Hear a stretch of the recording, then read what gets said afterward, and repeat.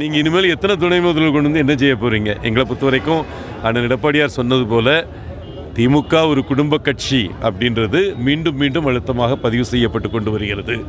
இப்போ துரைமுருகன் போன்ற ஆட்கள் எனக்கு என்ன துணை முதல்வர் கொடுத்தா நான் வேண்டாம் நான் சொல்லுவேன் அப்படின்னு சொல்கிற அளவுக்கு இந்த அமைச்சர் பொறுப்பு என்பது தனது மதிப்பையும் மகிமையும் இழந்து கொண்டிருக்கிறது. எல்லாமே உதயநிதினா நீங்கள் போயிருங்களேன். இன்றைக்கி நான் சொன்ன மேடையில் இப்போ அன்பில் மகேஷ் அவர்கள் பள்ளிக்கல்வியில் முதலிடத்தில் இருந்த தமிழகம் இன்றைக்கி 5வது இடம் போயிருக்கு. 3 வருஷத்தில் 4 லெவல் கீழே போயிருக்கு. மத்திய அரசாங்கத்தோட எல்லா ஆய்வுகள்லையும் பிரதமோட ஆய்வுகள்லையும் இன்றைக்கி வெளிவந்திருக்கு. நான் என்ன கேட்குறேன், இன்னும் கூட உதயநிதி ரசிகர் மன்றத்தின் தலைமை பொறுப்பு தான் என்னுடைய முதன்மை பொறுப்பு அப்படின்னு ஓப்பனாக சொல்லக்கூடிய ஒரு அமைச்சருக்கு பள்ளிக்கல்வித்துறை கொடுக்கணுமா? அவர் நானும் டெல்டாக்காரன்னு சொல்லிக்கிட்டு இன்றைக்கி இருக்கிற பள்ளிக்கல்வியை சிதைத்து கொண்டு இருப்பது முறையா?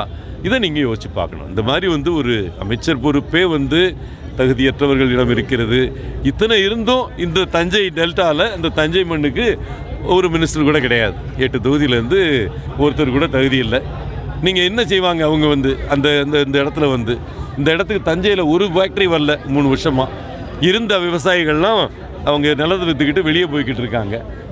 எப்படி நீங்கள் முகத்தை வச்சுக்கிட்டு இன்றைக்கி சொல்லுவீங்க அவர் டெல்டாக்காரர் என்பதால் உதயநிதிக்கு ஒரு துணை முதல்வர் அப்படின்றது? என்ன தகுதி அவருக்கு இருக்குது? அவருக்கு என்ன செஞ்சுட்டார்? 3 வருஷம் இப்போ விளையாட்டுத்துறையில் இருந்தார். என்ன சாதிச்சிட்டாரு? ஏதாவது ஒரு இடத்துல ஒரு ஸ்டேடியம் கட்டியிருக்காரா? இவ்வளவு அதிகாரம் படைத்த ஒரு முதல்வராக ஒரு அமைச்சராக இருந்துட்டு இன்றைக்கி என்ன இதில் அவருக்கு ப்ரொமோஷன் கொடுக்குறீங்கன்னு எனக்கு தெரியாது. என்னை பொறுத்த வரைக்கும் எந்த விதமான தகுதியும் இல்லாமல் இன்றைக்கி ஒரு துணை முதல்வர் நான் துணை முதல்வர்னு 400 கோடி ரேஞ்சில் எல்லாம் சொல்லிகிட்டு இருக்கிறாங்க. இது வருந்தத்தகுந்த கண்டிக்கத்தகுந்த ஒரு நிலை நான் போதும் நடந்திருக்கு. பிஜேபி அரசாங்கம் முதல் பட்ஜெட்டு 2014 போட்டப்போ மானியங்கள் என்பது நமது ஜிடிபியில் 15 விழுக்காடு இருந்தது. நம்ம பொருளாதாரத்தில் இந்த பட்ஜெட்டில் எடுத்துக்கிட்டிங்கன்னா பட்ஜெட்டில் இன்றைக்கி 34 லட்சம் கோடி பட்ஜெட். நம்ம மத்திய அரசாங்கத்தோட பட்ஜெட் 34 லட்சம் கோடி. இது 2014 பட்ஜெட்டில் 15 விழுக்காடு மானியங்கள்ன்றது நம்ம அரிசிக்கு கொடுக்குற மானியம், பருப்புக்கு கொடுக்குற மானியம், ஃபார்ம் ஆயிலுக்கு கொடுக்குற மானியம், இதெல்லாம் சேர்த்து போட்டிங்கன்னா அப்போ பெருமைப்பட்டோம். நம்ம இந்தியாவில் தமிழகம்தான் நியாய விலை கடைகளில், அதாவது உணவு பாதுகாப்பில், ஃபுட் செக்யூரிட்டியில் நம்பர் 1 அப்போ தமிழகம் இருந்தது. இன்றைக்கி எங்கே இருக்குது தமிழகம்? அதில் ஏன் அந்த பிரச்சனைனா மத்திய அரசாங்கம் அந்த 15% இருந்த மானியத்தை 9 விழுக்காடாக குறைத்திருக்கிறது. இந்த பட்ஜெட்டில் கேட்டிங்கன்னா மொத்த சப்சிடி மானியம் 9 விழுக்காடாக குறைத்திருக்கிறோம் என்பது அவங்க கொள்கை முடிவு. ஆனால் நம்ம என்ன செஞ்சுட்டு இருந்தோம்? 10 வருஷம் அம்மா ஆட்சியிலையும் எடப்பாடியார் ஆட்சியிலையும் அவன் எவ்வளோ மானியம் குறைக்கிறானோ அதை நம்ம கூட்டி கொடுத்துக்கிட்டு இருந்தோம்.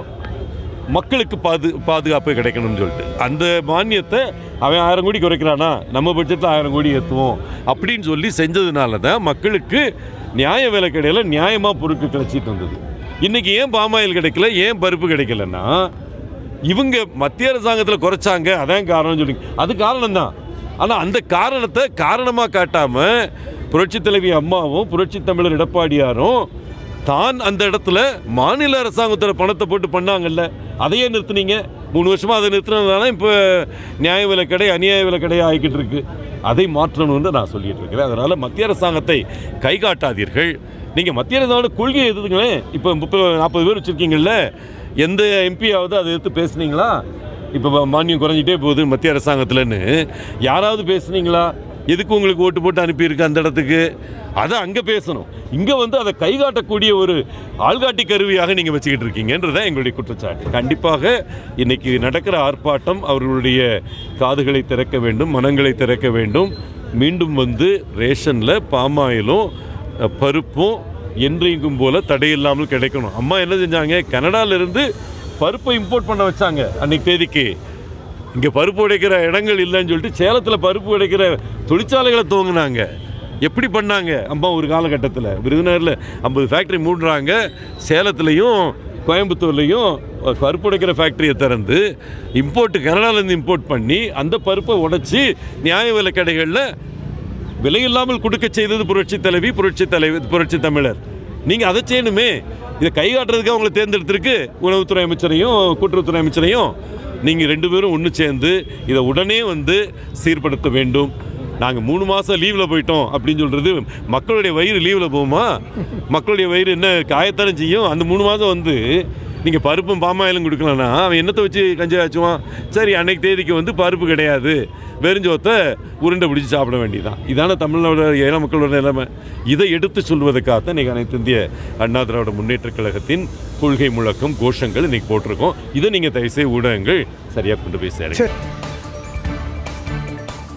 செய்திகளை உடனுக்குடன் தெரிந்து கொள்ள நமது அம்மா இணையதள தொலைக்காட்சியை சப்ஸ்கிரைப் செய்து அருகில் உள்ள பெல் ஐக்கான்